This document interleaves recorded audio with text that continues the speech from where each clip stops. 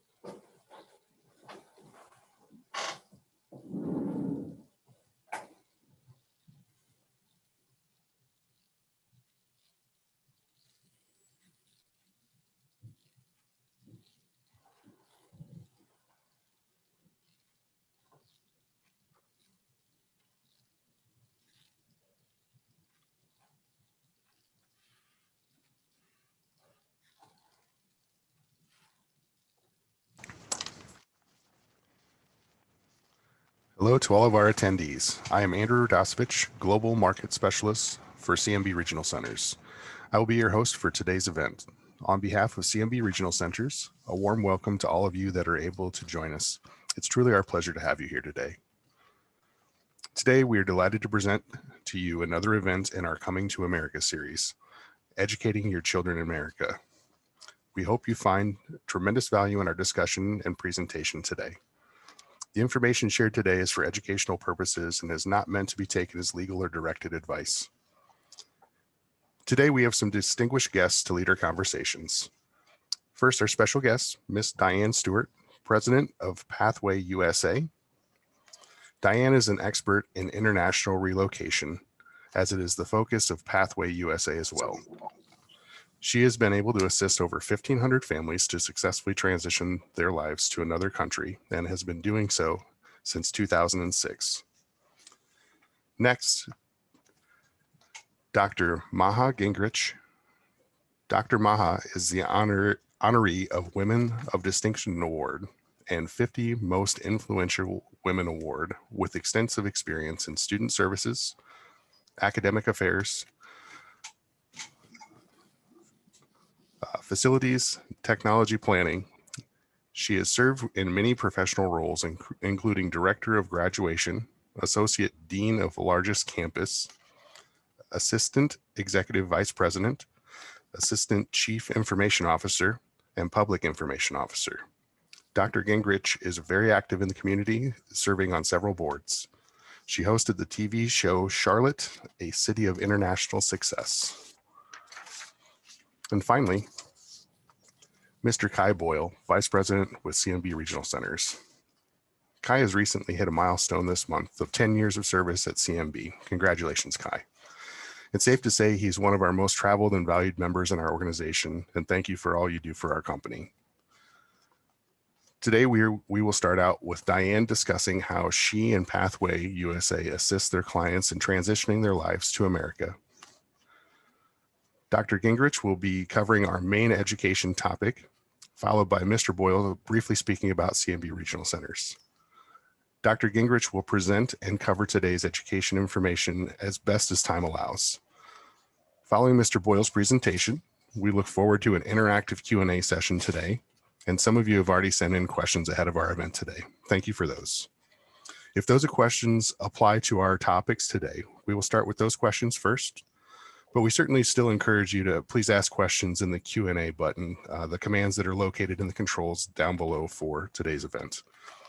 If If your questions are related to individually specific matters, we request you please reach out via the contact information provided during our event today. We'll be happy to try and assist with those questions, even if they're not able to be covered during our event today. And then one last and final reminder, we will be leaving your audio muted for the entirety of today's event. Mr. Boyle, would you mind starting us off with a few comments before Dianne presents, please? Certainly. Thank you very much for being here today and joining us virtually. I hope this time together finds you and your beloveds healthy and well during this COVID period. We're really delighted to have our panel of experts today. We've got a special joy and a real treat for you. Some of you have already joined us for our previous Coming to America features, and today is one that has gotten a lot of activity. A lot of registrants want to hear about education in America, and we're really delighted to have Dr. Gingrich here today. So welcome to our panelists. Welcome, Dianne. Welcome, Dr. Gingrich. Thank you very much for being here and for being part of this today. Thank you, Kai. It's a pleasure to be here and wonderful to have Dr. Maha Gingrich with us. It's my pleasure as well. Looking forward to it. Okay, as Andrew had mentioned, we're going to start right away. We're going to keep our discussions and everything pretty tight today, so we're going to move right into it.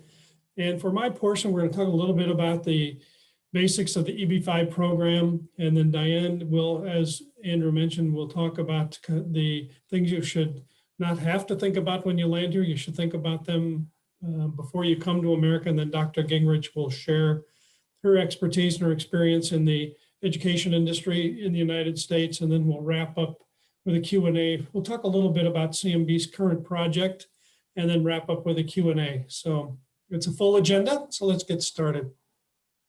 Now, many of you who are here today are already aware of what the EB-5 program is. The American EB-5 program allows foreign nationals to come to the United States and make an investment, and if they create a sufficient number of qualifying jobs, that's 10 jobs per investment, then they get what's known as a permanent residence card or a permanent green card. It's a program that was authored by Congress in the 1990s and has since grown from there, from its meager beginning to the point where it is today, where the allocation of visas have been used up in the EB-5 program for years to come. And some countries have a visa backlog of many years. In China, for example, we were estimating that it's 10 years or more for a visa backlog to come to the United States using the EB-5 program. The program is administered by the United States Citizenship and Immigration Services, the USCIS. Again, there are 10,000 visas in the category, and that is, to be clear on that, the 10,000 visas in the category is not 10,000 applications. Every person that is included in an application must have their own visa. So in an example, family of 4, Mama would take her visa, Papa would get his visa, and any children would require their own visa.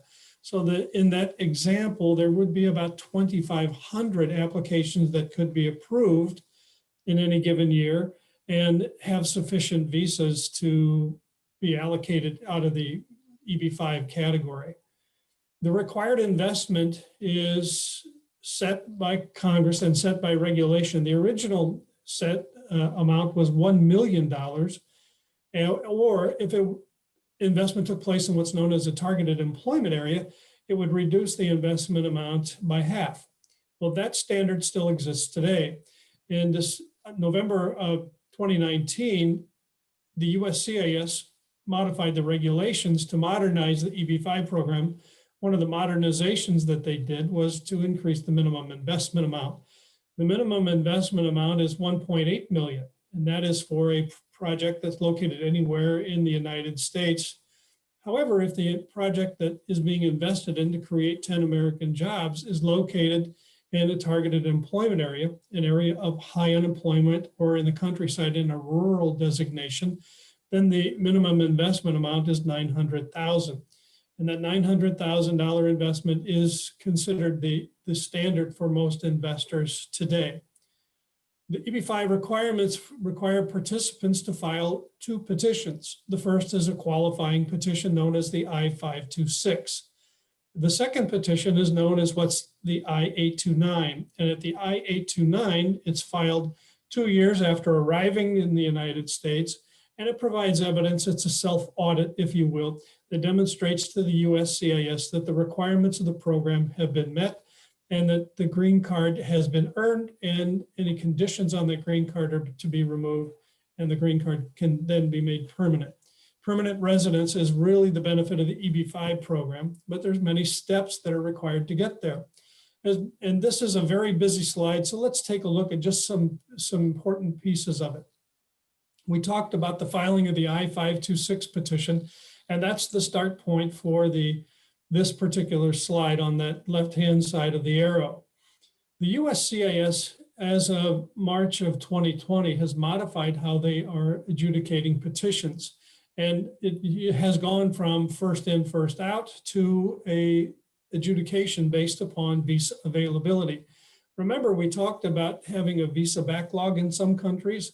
Well, now the USCIS will allow those countries or those investors from countries that don't have a visa backlog to jump the line, and they will process those visas for those applications first, as long as there's a waiting visa for that particular family and from that particular country.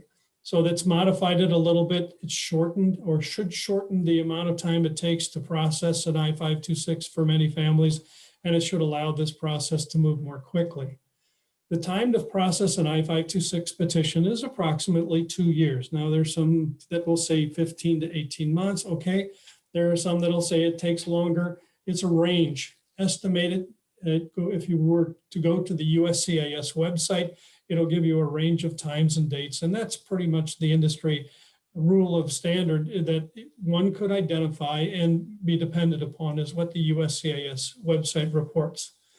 So as one goes through the process after the I-526 petition, that initial qualifying petition has been processed and approved, then the next step is to get a visa. Once the visa is obtained, then it is to enter the United States.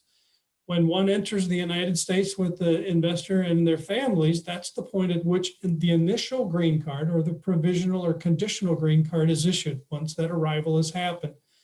It requires 2 years of conditional residency where the families live in the United States and come and go and travel back and forth and whatnot. But the conditional residency period is struck at a hard 2 years. Now at 21 months, 90 days before the conclusion of that 2-year period, they file that second petition that we talked about. That's known as the I-829. And again, the I-829 provides the evidence that the family has entered the United States, lived here as good lawful citizens, and have created the required 10 jobs. And that investment amount, that money is still in the investment. So when all of that is filed with the I-829, it takes a couple of years to process that particular petition. Well, once that petition has been decided and approved, then any conditions on that green card are removed and the green card becomes permanent. There's no more provisions, there's no more conditions. It becomes a permanent green card. And by permanent, it means just that.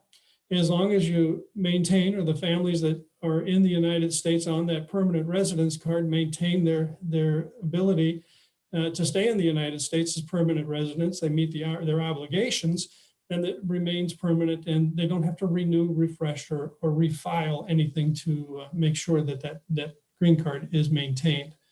However, every 10 years, they go back for a new picture and they freshen up any security on that particular identification card, and it's as simple as that. Now that takes you through the initial part and the basics of the EB-5 program. There's a lot more, and we're not going to go into that today. I welcome you, however, to reach out. You can speak to me or any one of our investor relations managers team. We've got an incredibly talented team of folks that are here that will take your call.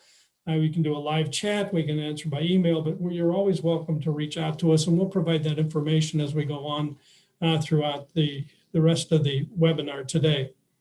And I want to get to continue on with our guest. I'm not the most important part. The most important part of all of these webinars are our guests. And our next guest is Dianne Stewart, really an amazing, talented person. She's charming, as much charm as she expresses through the webinars. She's much more in person. Love to have you meet her. So I'll back away and introduce Dianne, and so she can share her expertise on coming to America, living in America, and your steps to success. Dianne, thank you again for being here, and it's always a delight to have you.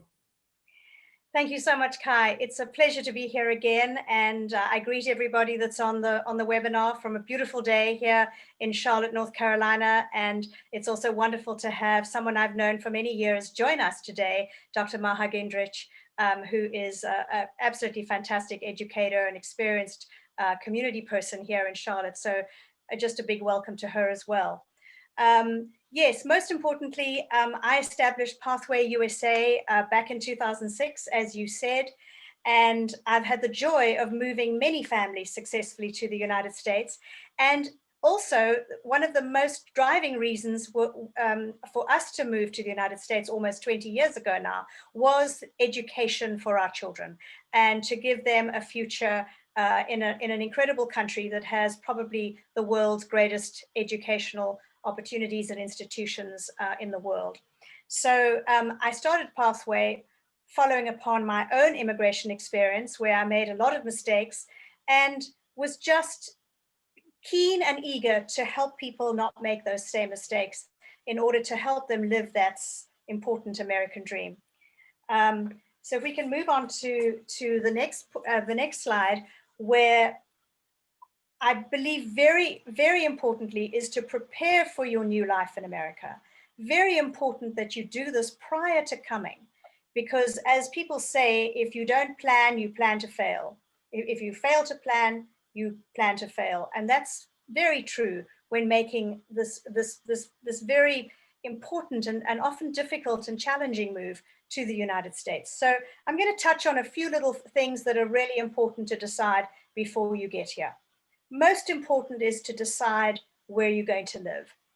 And I spend quite a lot of time with my clients looking at their lifestyles, where they live at the moment, looking at where their children are probably going to go to school, looking at what kind of weather they like, look at the culture of where they will best fit in, looking to see whether they like the cost of living, looking at things like, will their business acumen and their business experience work well in that state or that city. So that is a very important piece to deciding where you're going to live, which will then impact your future success in the United States. The other thing that is very important is to open a bank account prior to getting here. Very important that you do this, because once you arrive in the United States, it's almost too late to start trying to establish a financial history here. It's much wiser to do this prior to getting here. And my company, as a result of COVID, spent a lot of time researching how to open a bank account without you physically having to be in the United States. And we, after looking for quite a number of months, we found a fantastic bank in New York City. It's an investment bank that can take your money, but it has all the facilities of giving you the internet access and all the things of transferring money. And then you can start moving some money into that bank account, and that immediately sets you up for your financial future here. And most importantly, we encourage our clients to purchase a property prior to getting here. Because if you arrive here and you have nowhere to live, and you're now going to start trying to find a rental property, you're now going to have to pay cash for anything that you want to buy. That's not wise when you come to the US. Much better to purchase a property, and we help our clients around the world do that very efficiently. We use your credit history in your home country. We get a mortgage for you. We then place a tenant in that property, which will then cover your costs of your mortgage and expenses on that property until you are ready to take occupation of that property a couple of years down the road. So very important that you place these very important building blocks in place before you actually get to the United States. So with our concierge service, we are able to guide you and help you achieve those goals, because having a credit score in the United States will determine every other financial decision and influence every other financial decision that you will have to make in the United States. So much so that employers, if you are going to be looking for a job here, will actually check your credit history prior to offering you a job. Because if your credit score is not good, they will then question whether you're going to make a good employee. So it's really, I can't stress enough how important it is to get your financial basis and your financial stability in place before you arrive. Once you arrive in the United States, very important that you focus on getting these three things. Now, there are many things that you have to do when you get here, but I've just distilled it down to these three very important pieces, which you're going to have in order to do a whole lot of other things. For example, getting a driver's license as soon as you can. What I do with my clients is I prepare them prior to getting to the United States with online test prep, where they can actually test themselves on the driver's license test. They can read up and study up on all the various rules of the road, which have different names in this country to other parts of the world. For example, we speak about a median in America, and some British-centric countries speak about an island in the road. We don't have islands here, we have medians. So that's just a fun example of the kind of words that you're going to have to use. And of course, some countries drive on the other side of the road. And so that's an adaptation.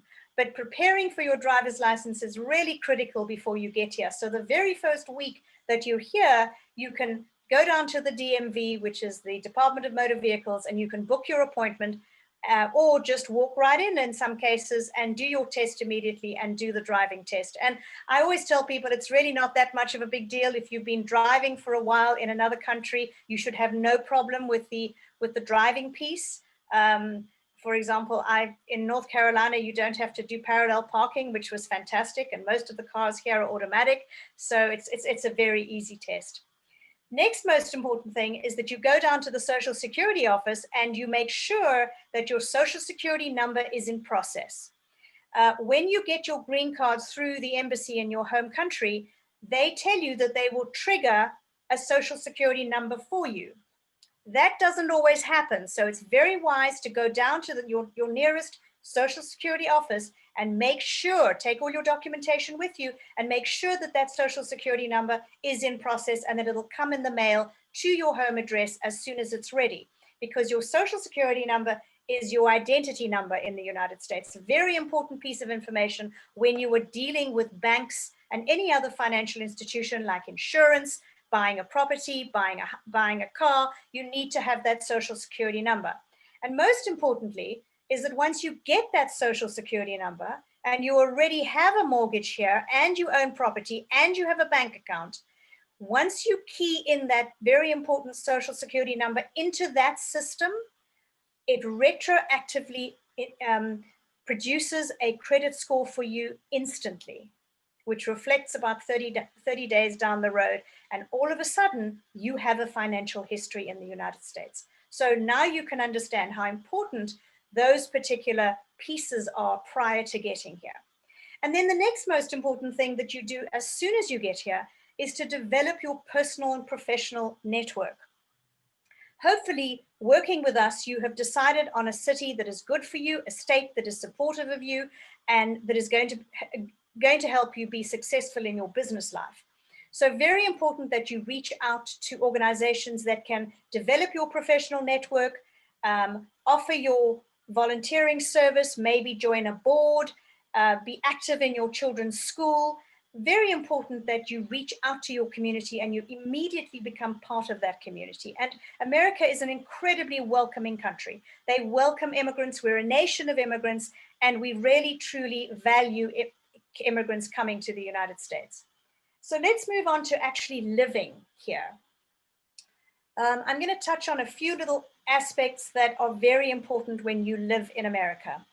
I've spoken a lot about building a credit score, and we can guide you as to how to make that happen once you get here, because it's important that you move your credit score, which is probably, if you've taken our advice, it's probably hovering at about 650.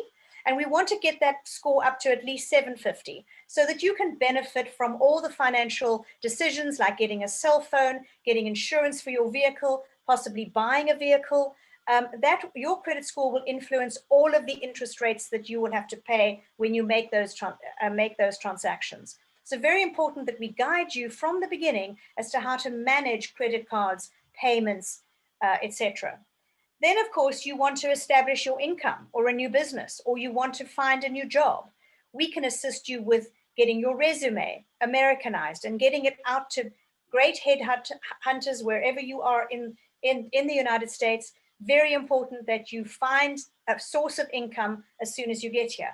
Some people are very fortunate in that they don't need to have an income. There are some people like that as well, but then we encourage you to reach out to your community, volunteer in your community, and become part of your community. But most people that come here on an EB-5 visa want to establish an income, want to start a new business, or find a job. So we can assist you in all of those aspects. And then very importantly is interacting with Americans, embracing our holidays, embracing our culture, and learning what life is like here in the United States. Most important that you reach out and that you don't only stay with your particular culture or your particular countrymen, that you reach out to real Americans to really become part, of the country.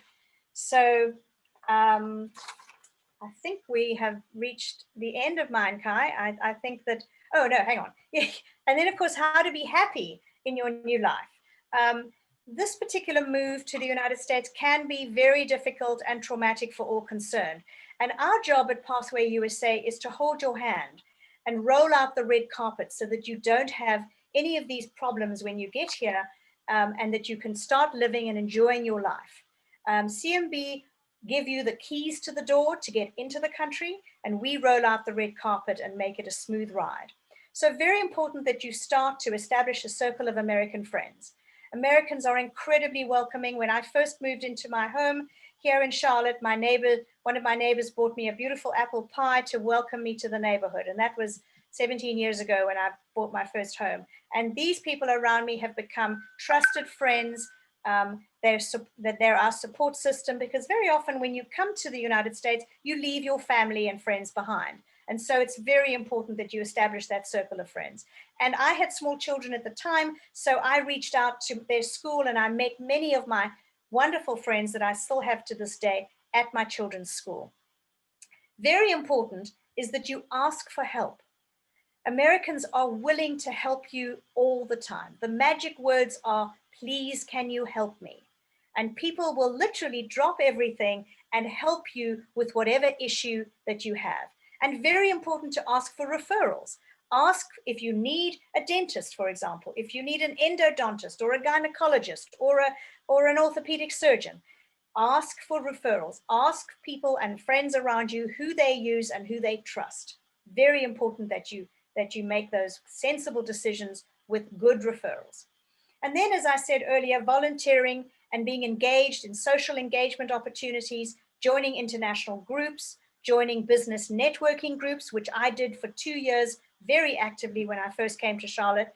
And it really stood me in incredible stead for the future, for my future business life here. And I really encourage you to do that when you arrive. And even if you're not used to being socially engaged to that extent, you really need to do that when you come to America, because it really will assist you in being happy and living a full life, which we all enjoy here in the United States.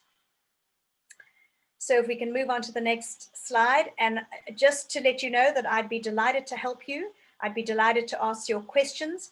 Please email us. We are able to assist you with everything other than what CMB does and what your immigration attorney will provide.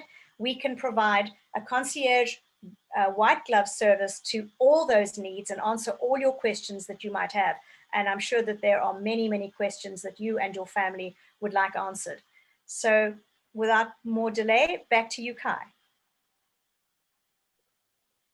Thank you, Dianne. And on your screen is some contact information for Dianne and Pathway USA.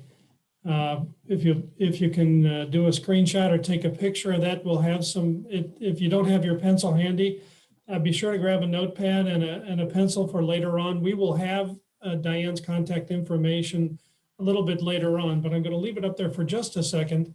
and it's to allow you to maybe take a picture with your camera or whatnot so that you've got it. There's some vital information that Dianne can guide you through. And I want to say thank you again, Dianne, for being here and for sharing that. I always learn something from you. I did not know, without having you teach me this, that you can actually go online and do some test prep for the driver's test. And you can do the guided test online and practice before you can actually go to the Department of Motor Vehicles to take the actual test. I learned something, so.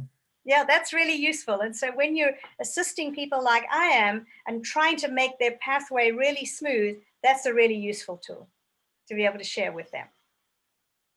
So again, thank you very much. And now let's move to our next guest, Dr. Maha Gingrich. And Dr. Gingrich, as you probably heard, has an incredible resume. She has spent an enormous amount of time in education. That has been her life's work. And she has shared her time and talent and in many different aspects. And she's going to share again her story today. And I think it's an important story because not only has she found her way through the system here in America, she's become a leader within not only her community, but in her life's work, as well as some things that she does socially. And it touches all the buttons. And Dr. Gingrich, thank you very kindly for being here today. It's a delight to have you and to have you cut out some time in your busy schedule to make time for us and for our viewers here today. It's my pleasure, Kai and Dianne. Thank you so much. And I welcome all of you. I'm so excited that so many participants are here today. And I look forward to spending some some time, but with the high level information. But I was obviously, my life story to begin with, I was actually born in India, and I'm actually brought up in the US. And I've been here for 36 years. And to tell you the truth, I was totally welcomed with open arms. And I had so many mentors in my life. Many were very eager to see me being successful. And when Dianne talked about, go out into the community, talk to people, that's what she's talking about, because you will find mentors and who are going to help you. It's very open arm community. And I knew the basis for my success is going to be education. And so I earned an associate degree in computer programming. As soon as I graduated, I realized I don't want to be a programmer and sit behind a desk. And then so I started working part-time, but at the same time, I did Bachelor's of Science. Then I did MBA because I knew the business also, well, my mind was very strategic. So MBA was extremely helpful. And finally, I've been working in the education industry, so I thought I should do something in education. So I ended up getting a PhD in education that is actually leadership. And I had the privilege of working in many other very diverse positions in the academic field. That gave me a lot of knowledge, not only from student services, but to all the way to completion of graduation when you're actually engaged in education system. So on the other hand, I'm also an artist. Since I was 5, I have learned classical dances, and that balances my strategic brain and artistic brain, right and left brains. And I've been a classical dancer all my life. I even have a dance school that I actually teach on the weekends, and we perform a lot in the community. We explain the culture, bridging the gaps, right? And so it is wonderful, wonderful blessing for me to have that. And of course, I served on, as they mentioned, on many, many, many committees around the region to make an impact on the vision, be an influencer, and also for the development of our city and the region. And so it is important that the least you could do, what the country has given to us, is to engage back and give it back to the community. And the value is extremely important. And it's important that you also have your intellectual capacity being actually shared to influence the diversity that is needed in every community across the world. And I also had the privilege of hosting a television show. It's called Charlotte, a City of International Success. And I had the privilege of interviewing many first generation international leaders, community leaders, CEOs, honorary consuls from different countries, and also the president of Costa Rica, President Solis. So that is my story in a nutshell. And I look forward to sharing my knowledge, and I hope to make your life and your journey here as a team to be very smooth and knowledgeable, right? Because you really need to know what's going on. So now going to the next slide. Important thing is bridging the gaps and benefits of US education. So many countries, I know for sure India as well, when I was little, they follow British education system and the style of teaching as well. So it is really important to note that American education is quite different in its approach, in educational approach. So many countries usually focus on book knowledge. You really need to memorize most of the stuff that's given to you. Totally different is a US system. US focuses on critical thinking. This is quite a transition for many of the people that I talk to. They can memorize things and they can spit out in no time. When they were challenged to do critical thinking, some of the students find it extremely difficult to adapt to this critical thinking style of learning. But it is very beneficial and helps you think beyond your box, beyond your thinking ability, beyond what you think you have learned in a book. So this is an excellent opportunity in the United States for professional and personal growth as well. So next one, like I said, I'm going to talk high level very quick. Planning where your child will attend before you arrive. And just like Dianne said, you know, planning where you're going to go and where you're going to live is extremely important. So is planning where your child will attend before you come here is extremely important, because it is very important to plan and make some decisions on where do you want to start your life here in the US. And also that means it's starting your children's life in the US. So the reason for that, I'm going to tell you shortly. So you need to research your options for that, correct? It is also important that you not only research before, like it's been emphasized, before you come to the US. However, research doesn't mean Googling it. Okay, I know it just sounds like, oh, why not? I can find everything on Google. Well, that is true. Not necessarily that you can rely on Google and other search engines as the information, because it may not be reliable and it won't be accurate. And so it is important to consult with experts in this field, direct, one-on-one, and depending on where you're going to go. Everything is very different in the US. And so it's extremely important that you gain your firsthand knowledge through a person who actually has full, immense understanding of what the United States gives you.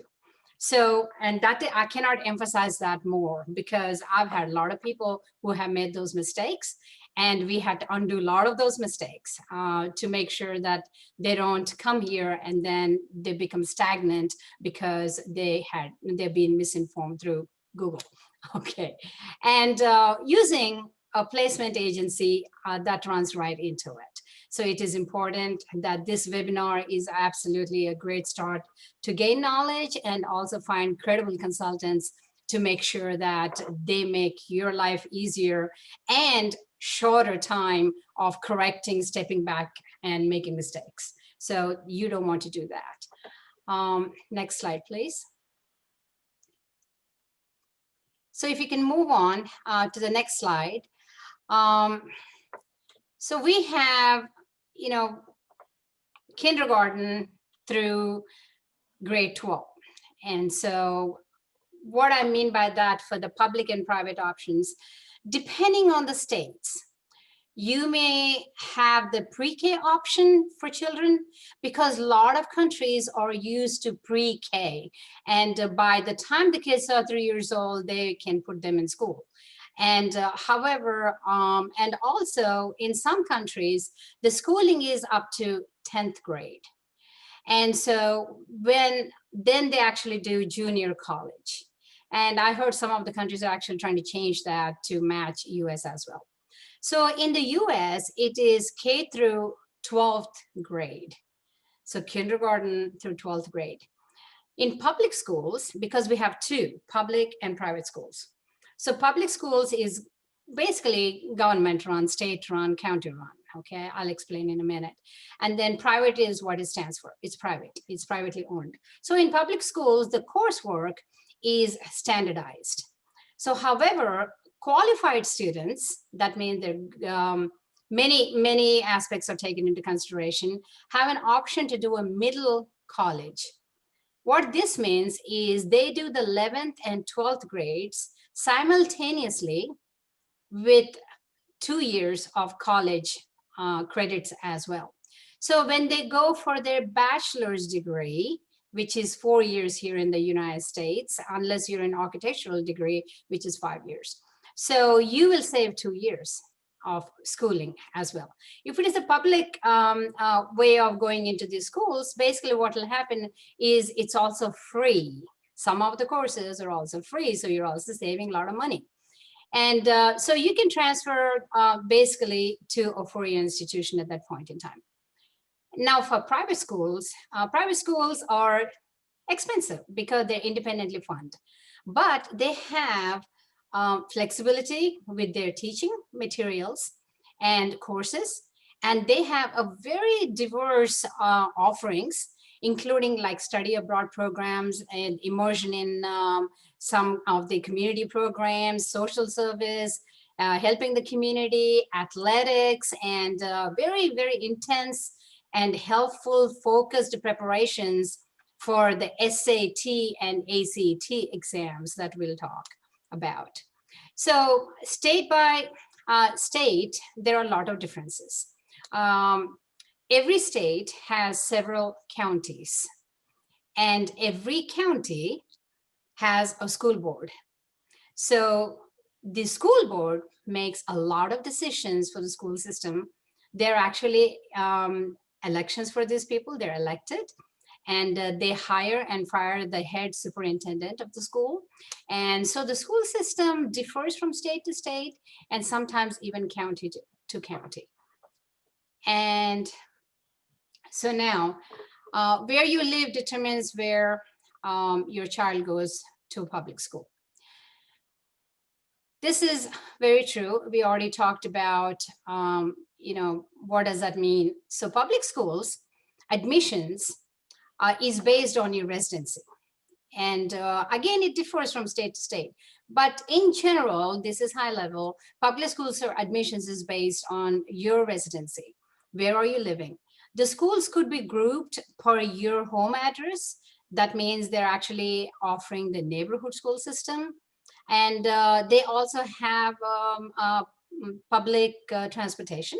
So they actually have buses. So they will come pick up your children, and then they'll take them to school, and they pick them back up and drop them back in your community. Okay, so that is an advantage to a public system. Now, private schools actually have no restrictions on your residency. Okay, you can stay anywhere within the county and you'll be able to go there. But you have to provide 90% of the time, you have to provide your own transportation to drop off and pick up your children. So you need to have that kind of flexibility or make arrangements for your kids to be picked up. And now you will see on the slide, it says get your school rating here. And so it's important, I would encourage for you to go there and then see how the schools are rated. Then that way you're well informed to make your decisions. Now we go to the next slide.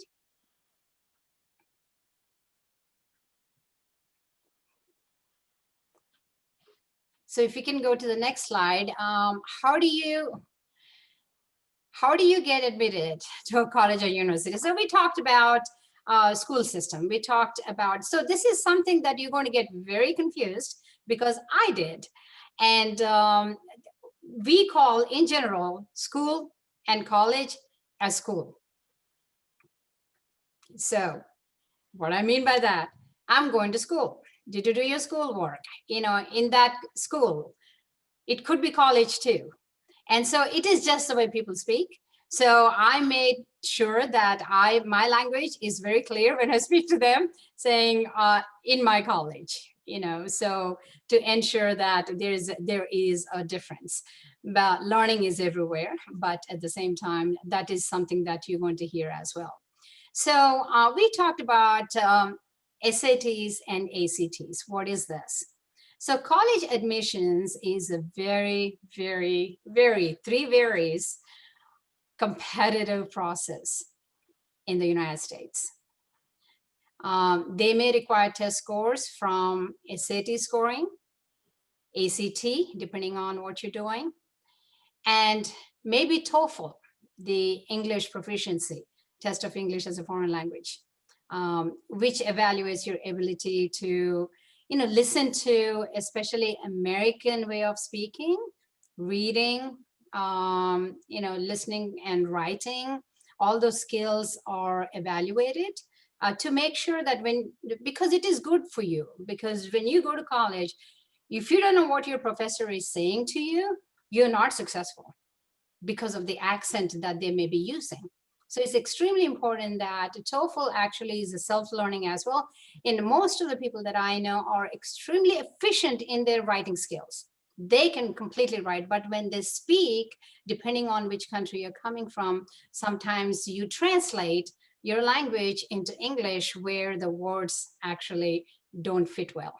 So it is really important that even just for your own self-learning, make sure even if the college or university you're planning on going to does not require it, it'll be good for you to take the test for self-evaluation purposes.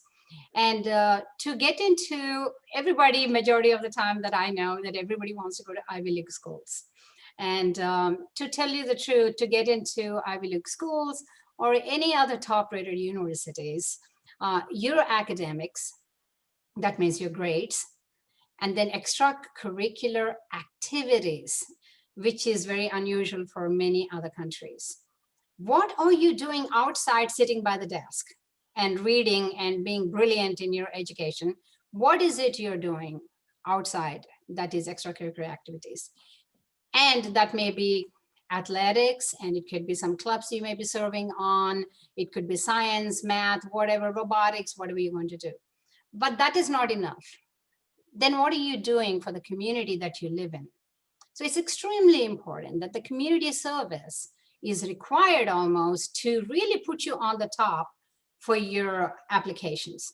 Are you doing a community service that impacts your community? So that is going to play a major role as well in your admission process. Now, some private colleges, they do not require SAT and ACT. Some of them don't. And public universities have actually a single application process through a common application.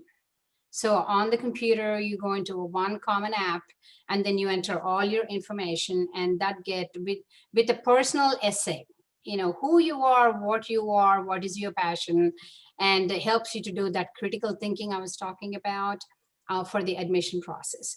So this is in general how the admission actually works. Now for the transcripts for admission and English proficiency. We already talked about English proficiency. You know, I was talking about TOEFL for you to take your exams.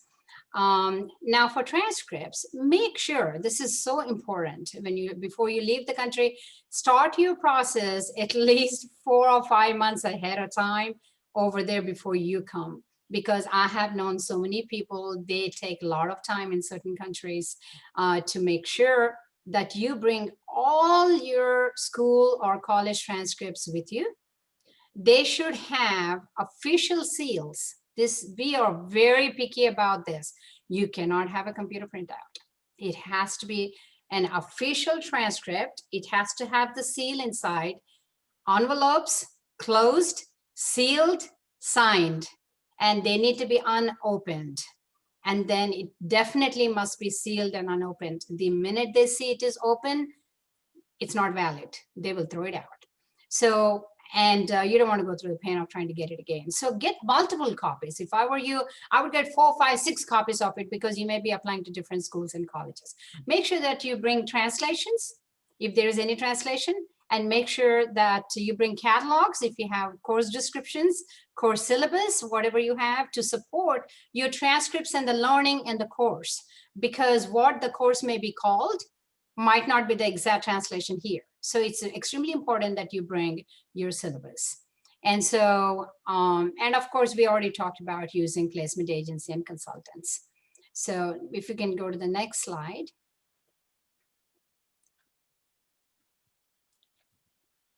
Okay, this is always fun, private and public colleges. Private universities usually have more options to attract students with scholarships. They'll give you money to attend, maybe 50%, 20%, 60%, sometimes full ride, depending on how important they think you are to their academic institution, that you become an alumni where they could be proudly advertising you. So I got bribed all the way through from many private institutions to say, come and stay on our campus. I will pay 100%. I'll pay your residency, your dorms, everything, but come on campus and graduate from us. So I made a deal. You don't have to do that. You could try and negotiate. And then so I negotiated saying I will stay in Charlotte where my family was. And then I said, you know, I will come, I'll become, you know, your student. So they paid me 50% of my tuition. And there are some times they paid me 100%. So it is really important that you leverage what they have to offer and look into it, explore it. And as they have higher tuition, because private schools always, they're not funded, because they're not funded by like public university, they're not funded by federal government or state. So they have to really pay for it. So it's really important that you explore the options and then look at their scholarships to compensate for the higher tuition rate. So most of the time, the class sizes in the private universities are also smaller, and versus public universities. Public universities are very highly regulated by the state, and sometimes federal, depending on what that is, but majority it's state control, and would cost less, and their class sizes are usually larger than usual. So in-state and out-of-state tuition for colleges. The visa type gives you obviously an in-state status.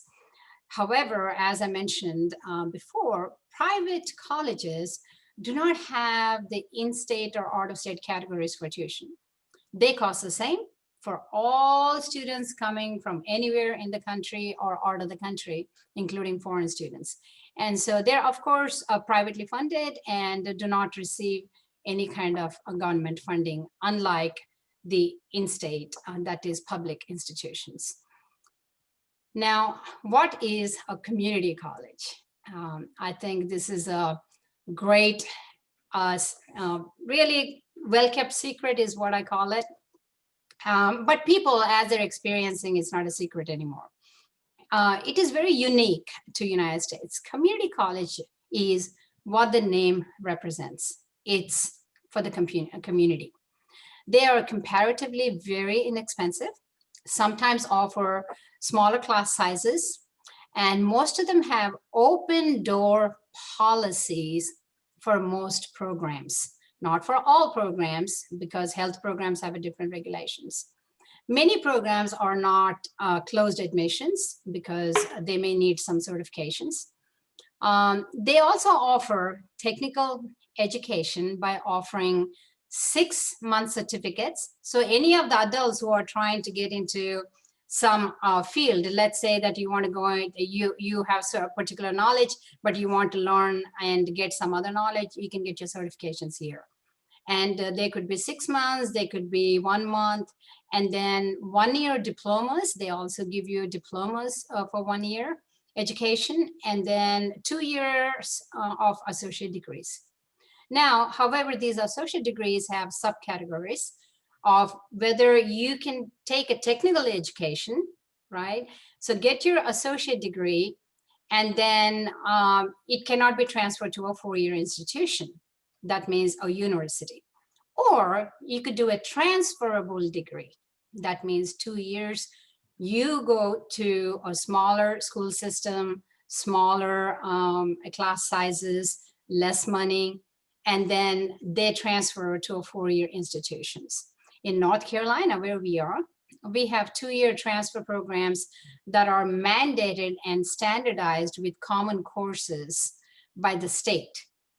So that allows for us to transfer as to any university within the North Carolina system as a junior. That means you finished already your first and 2 years, you'll go to 3rd year of your university education. So it is important to note that many community colleges actually have apprenticeship programs, and that is something that we learned from Europe. And so many, about 1,800 international companies are in our region, in the Charlotte region, for example.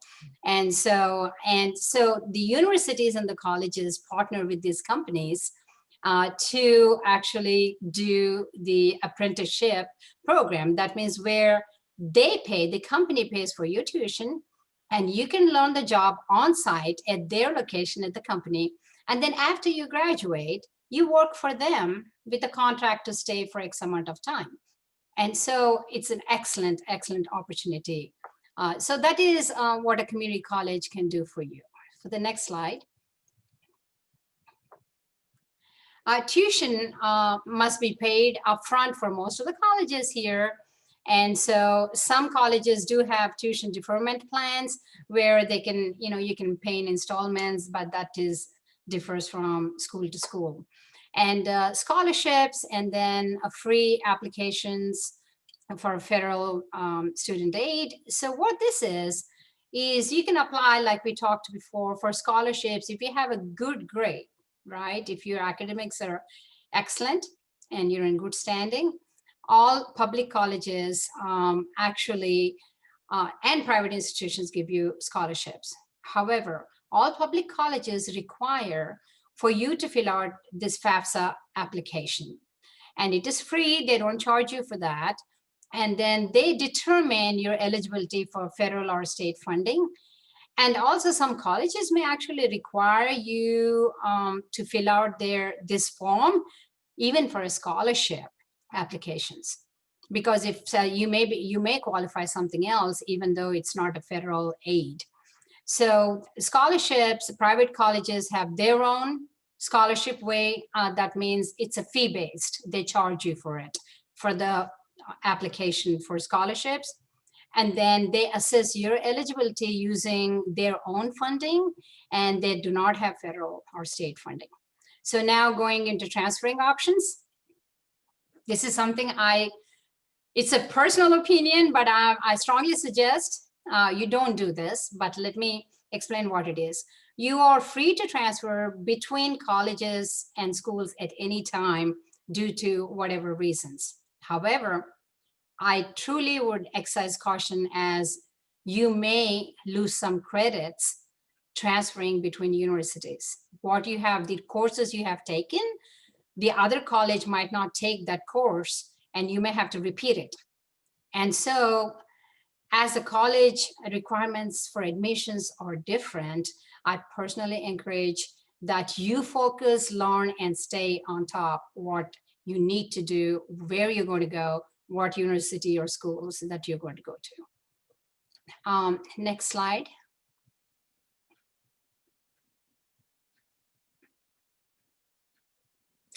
So I hope I was able to share some high-level information with you. And if you need more information or specific guidance, that is credible guidance that you can receive, I'll be more than happy with the team. Please reach out to the team and or to me, and I'll be more than happy to assist you in that. And I hope we have covered a lot of information of your child from 3 years old all the way up to graduating, going for master's and PhD. So I hope the information was useful, but feel free to reach out if you need more information. Thank you, Dianne. Thank you, Kai.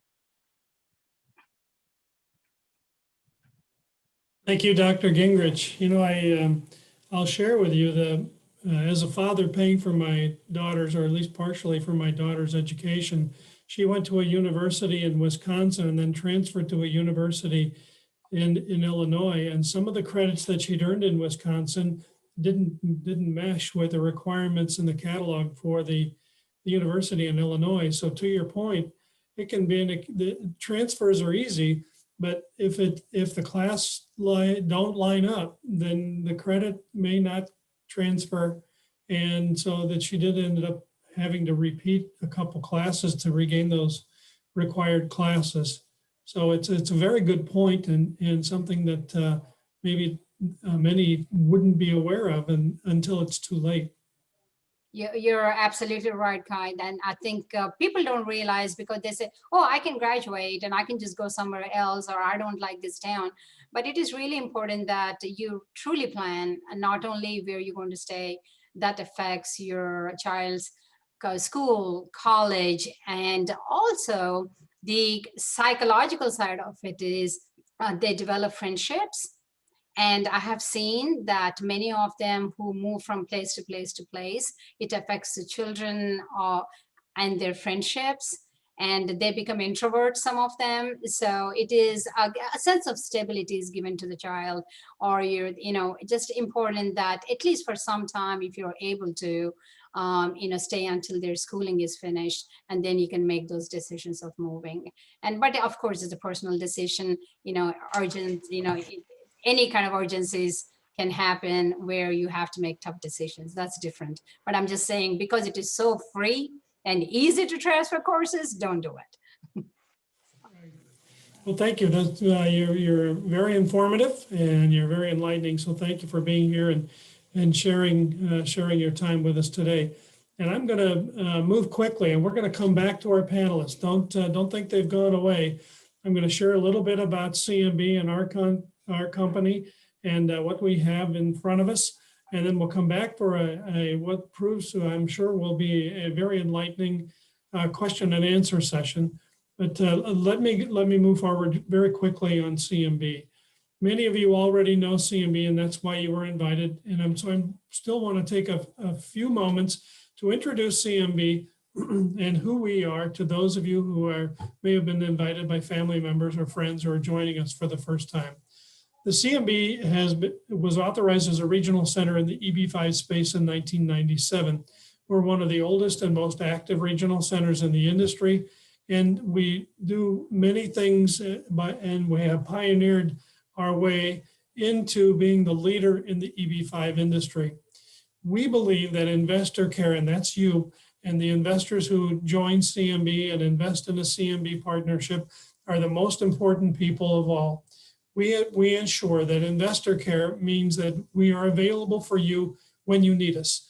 7 days a week, 24 hours a day, you'll have someone that you can reach out to.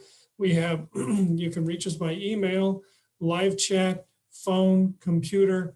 We also have our CMB Swissco team that are located around the world who are available in their time zones, whether that be China or Vietnam or Turkey or India or anywhere else in the world you may find them.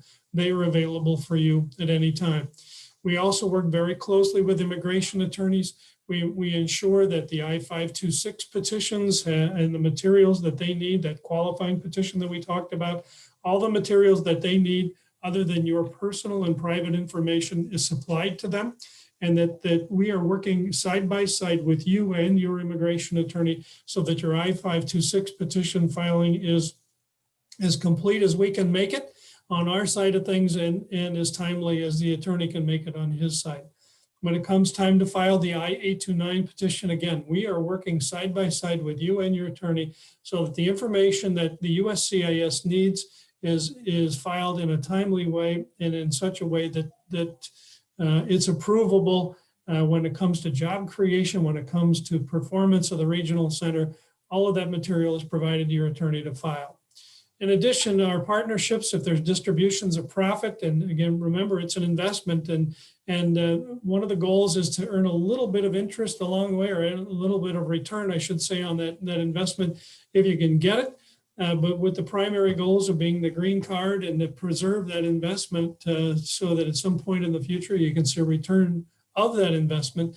But those partnership distributions, if they're available, that's important to communicate. And we do that through our share file, and that information on the partnership that you've invested in goes out to you quarterly. We consider ourselves as mission control. And part of that mission control piece is to make sure that the communication that you need and the investor care that we talked about being available when you need us is vital in our responsibilities to the investors who invest with us. We've been talking a little bit about life in America. And the point that I'd like to make with you is we are hearing a lot about COVID. It's impacted nearly every business in the world today, and lives have been impacted by COVID. That's no different than in any investment that you would make for your immigration pursuits. That includes EB-5. So it's important to know what CMB has done in our investor care and our mission control focus on the families who have invested with us and have trusted with us. We were out in front of this COVID issue early. Before it became a pandemic, before it was announced as a pandemic by the World Health Organizations, CMB was already in contact with our partners who use EB-5 funds to try and determine what impact that they were feeling already or what impact that they may feel as a user of EB-5 funds from our partnerships. We continue to have ongoing evaluation, ongoing discussions. We share information with our limited partners. We share in fact, every limited partner and every partnership with CMB got a letter from us that discussed what we anticipated were to be the impacts of COVID on their particular partnership. And so again, CMB has been in the EB-5 space long enough. We saw the storm clouds on the horizon, and we didn't wait for the storm to reach us. We acted on it immediately, and we got answers for our investors. That's part of that customer care, or that investor care that we talk about. So I want to talk very quickly about our current projects, and I'm going to move quickly because I want to get to our question and answer. Our present project is CMB Group 78. We've got a lot of information on CMB Group 78, but it's an industrial logistics development in Southern California. We are partnering with the developer known as Hillwoood Development Company. We've done some 31 projects with Hillwoood, very successful partnership and a very successful relationship with Hillwoood and CMB. The projects that we partner with Hillwoood are completed on time. They utilize the EB-5 funds in the development of these logistics facilities. These particular logistics facilities are in Southern California, an area known as the Inland Empire. And when they construct these industrial logistics buildings, oftentimes they are leased for 10 to 15-year leases, and we can discuss that in depth when you contact us about the Group 78 partnership, that by Fortune 500 companies who want to take a long-term position in the industrial logistics building that is being developed on their behalf. You can see here on the screen, the Inland Empire is an area of Southern California where industrial logistics is a big business. It's located between Los Angeles and the Las Vegas, and it's a traffic flow from the port of Los Angeles and the port of the southern ports in California that bring in cargo from around the world and then distribute it in southern United States or around the United States. So the industrial logistics building, and this is a hub in the United States, the second busiest hub of industrial logistics in the United States, is located in this area known as the Inland Empire. That's where Group 78 is being developed. Hillwoood Development Company is the company that's doing it. They're a leader in the industrial logistics development business around the United States. They're a multi-billion-dollar company with a global footprint. They've done some industrial logistics developments from 1988 onward. They have experience in many markets throughout the United States. And again, they have a US base and they have an international base throughout the world where they do the same type of performance. If you were to go to the Hillwoood Development Company website, you would see that their catalog and their experience is bar none, one of the best in the industrial logistics space. Job creation. Remember, every investor must prove that they've created at least 10 jobs.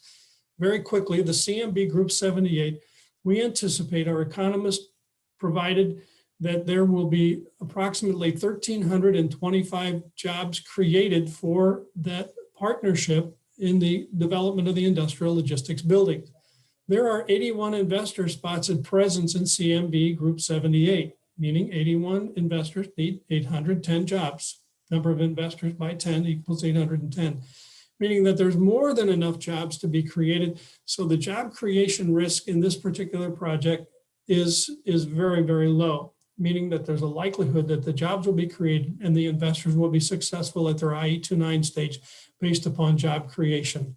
So you can see on the screen here that when it comes down to it, developer and CMB have had a long-term successful relationship, 31 different total partnerships using EB5 funds with Hillwoood Development Company.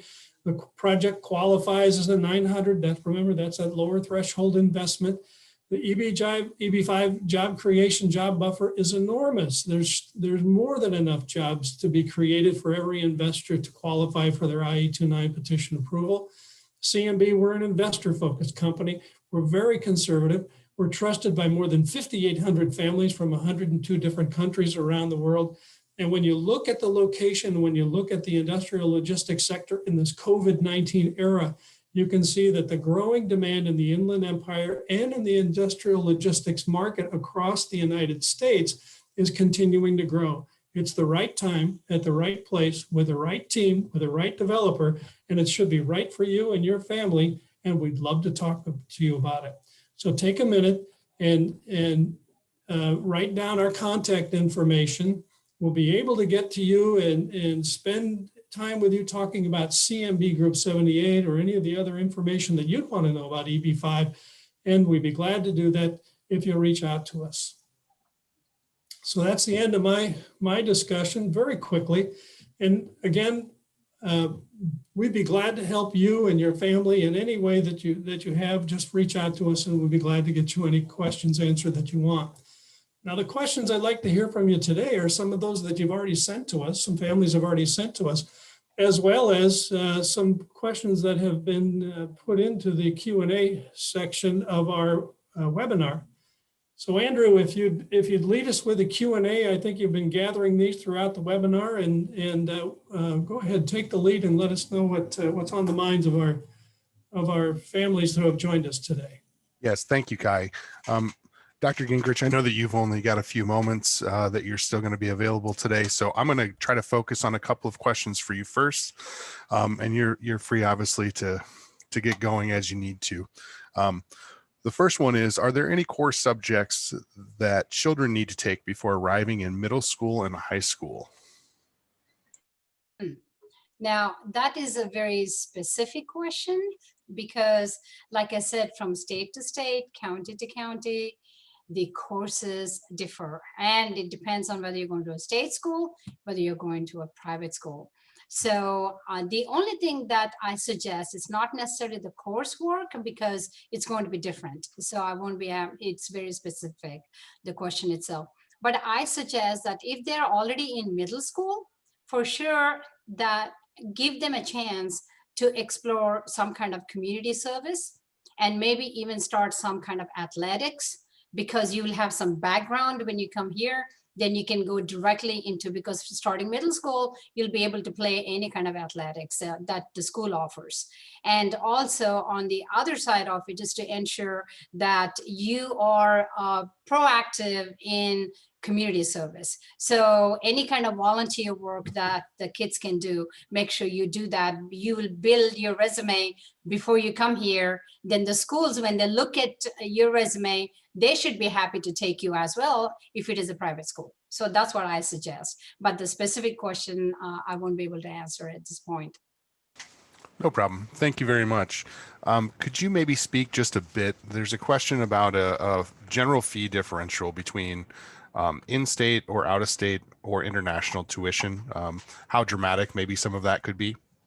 99% of the time, in-state is very different from out-of-state and international, that is student F1 visas. So out-of-state and international, that is F1 students, is 99.99%. It's the same tuition rate. Because even within United States, if I live in one state, I go to another state, they may say I need to reside in that state for 6 months or 1 year before I can become a resident. Until then, I need to pay out-of-state tuition, which is the same thing as what the international students do.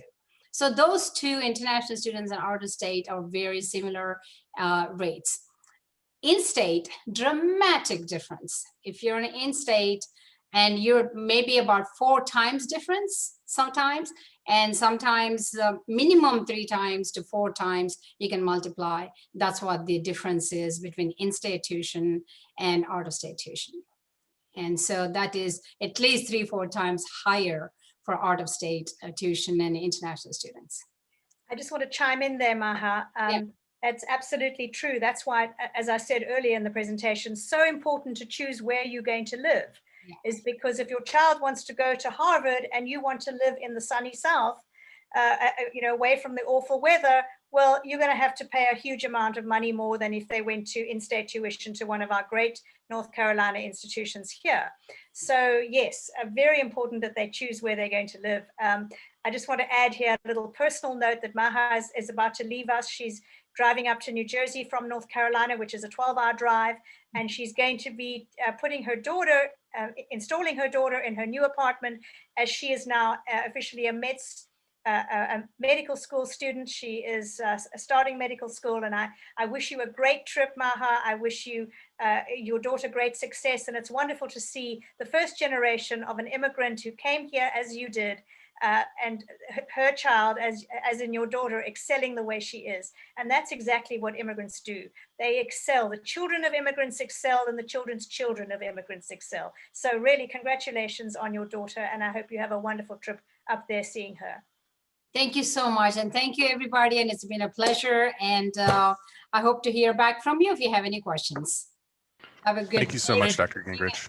Thank you, Dr. Maha, and congratulations to you and your daughter, and safe travels. And thank you again for being here and part of this discussion today. It's vital. The largest percentage of people use the EB-5 program and come to the United States for the primary reason of accessing the American education system.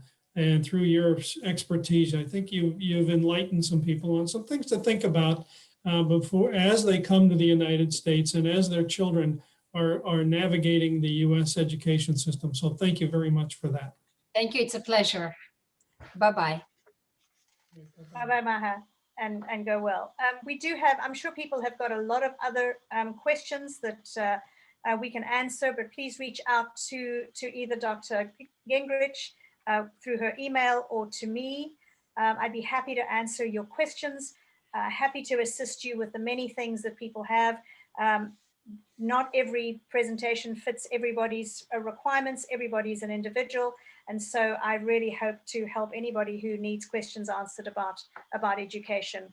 But I'm sure Dr. Gingrich can also assist. So over to you.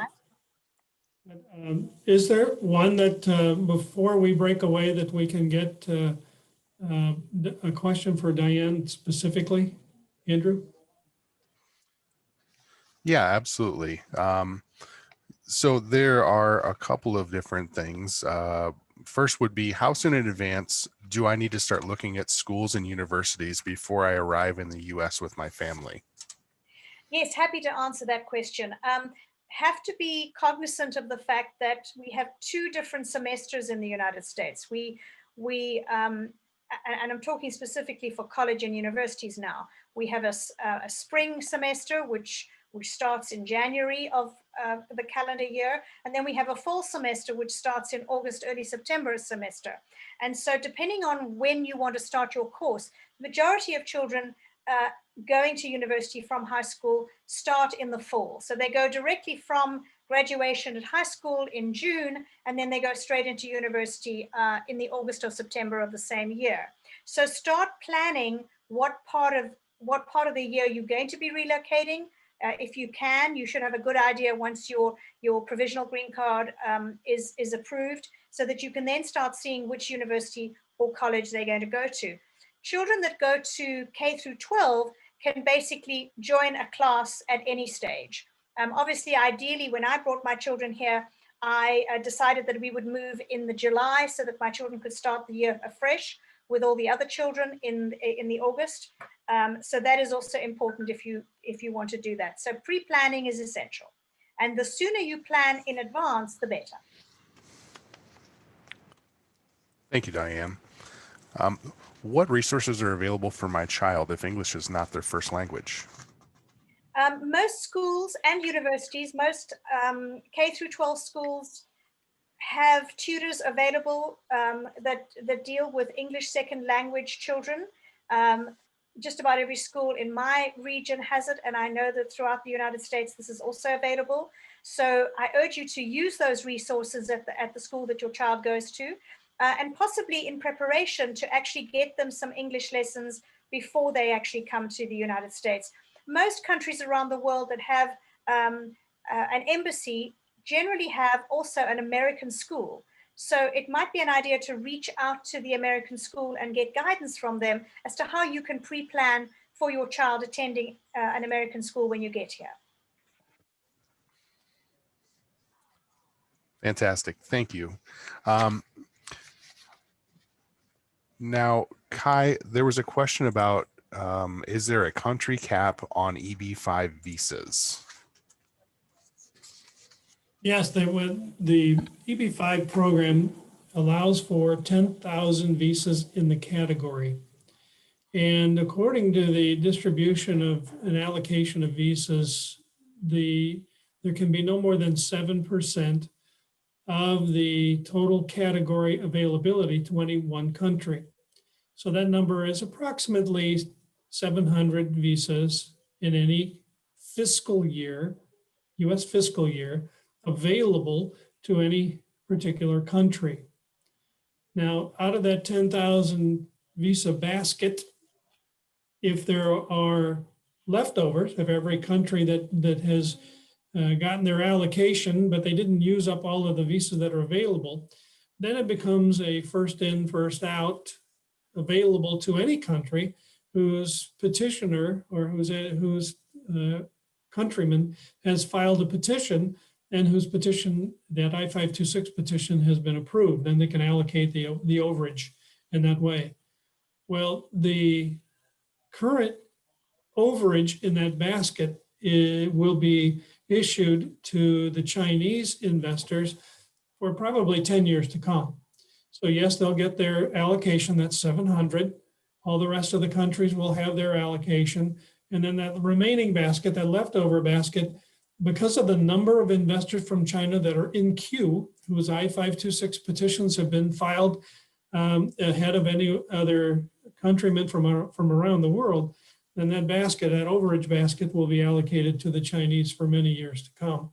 So the answer to the question is yes, there is a per country cap, and that is approximately 700. And that, but if there's any leftovers, then they're allocated based upon when their I-526 petition has been filed. And in today's universe, it is the Chinese queue that has the filings of the I-526 and who have tied up that overage queue for many years to come.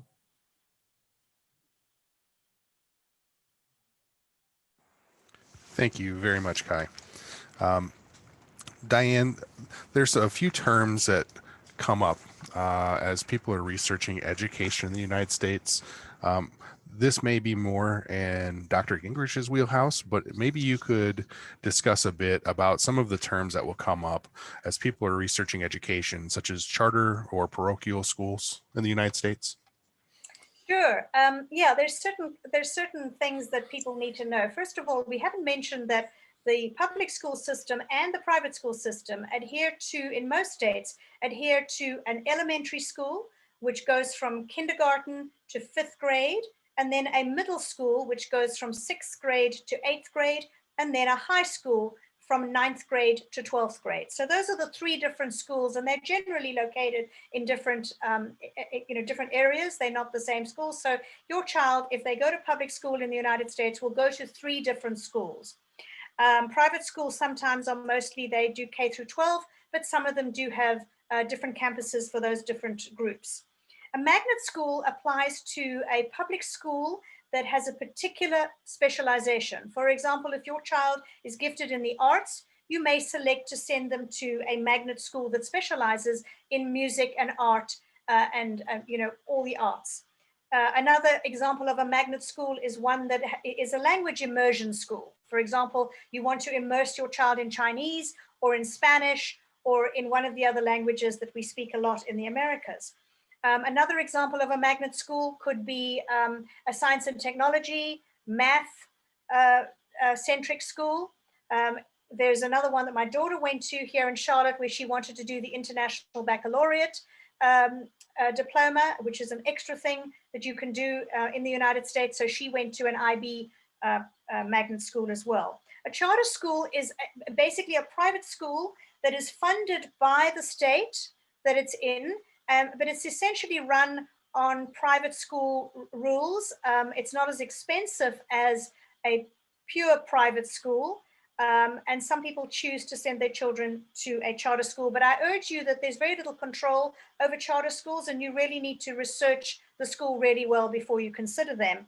A parochial school applies to a school that's associated possibly to a religious group, for example, Anglican, Episcopal, also known as Anglican in the rest of the world, or an Islamic school, or a Jewish school, or a Hindu school. These are culturally centric schools that some people choose to send their children to. Also, Christian schools are very popular here in the United States. So that educate yourself about those terms so that you know the differences. There is so much choice in the United States that really any child can fit into one of the many choices that we have to offer them. And also for special needs. If your child has special needs, the public school system in the United States has an incredible array of services for special needs children. And what really impresses me when I work with clients who have special needs children is that they can go to school with their siblings.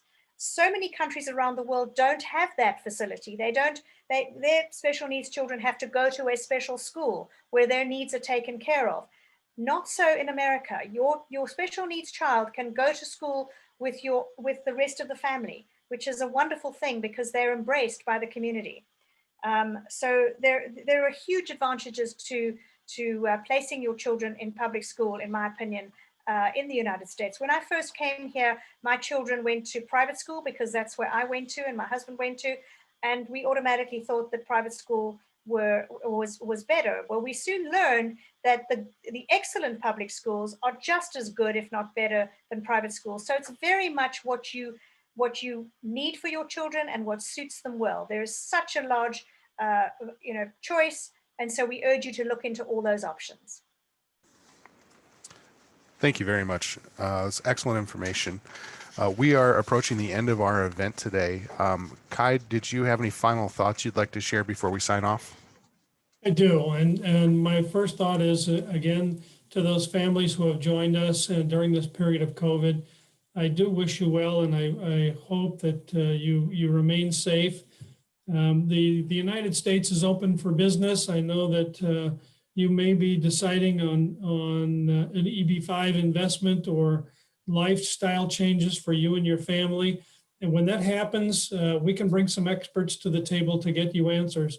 This particular feature today was talking about education, and certainly Dianne's expertise on what happens when you come to the United States, some of those things that you need to think about. that's the bonus. That's the add-ons that CMB brings when we talk about customer care and how to make you successful, where we take a holistic approach. And I think a talented team today of panelists, Ms. Dianne Stewart and Dr. Maha Gingrich, are evidence of that.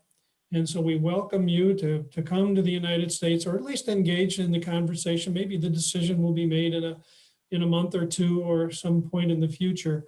But when you're talking about your family's future, we're talking about generational change. And Dr. Maha's family brought their children to the United States, and she really blossomed here, really, really incredible. And she's giving back. So thank you to Dr. Maha, thank you to Dianne, and thanks to all of you who joined us today virtually. Dianne? Thank you, Kai. Yes, it was a pleasure to be with all of you today. And I urge people to reach out to any one of us to discuss their future in the United States. They couldn't be in safer hands with CMB. So I urge you to explore your options with CMB and to contact us for any questions you might have with anything to do with their relocation. Thank you so much, Kai. Thank you, Dianne. And we'll leave the screen up just for a little bit more for those of you who need to write some things down or to get the contact information for either Dianne or Dr. Gingrich or for CMB. And so we'll go ahead and leave that up for just a couple of minutes. And thank you again for coming. Andrew, I turn it over to you. Thank you very much. And thank you again, Dianne. It's always a pleasure. A sincere thank you from all of us for sharing your time today and staying throughout our entire presentation. We hope you found this to be a valuable resource while planning to move to the United States. As Kai said, please feel free to use the contact information on your screen at this time. We plan to have a video link available if you would like to watch it again, or even share with family or friends. You should expect to receive a follow-up email from us in the next coming days. They will provide the links and the contact information as well. Again, thank you for joining us today, and we look forward to hopefully seeing you stateside. Take care.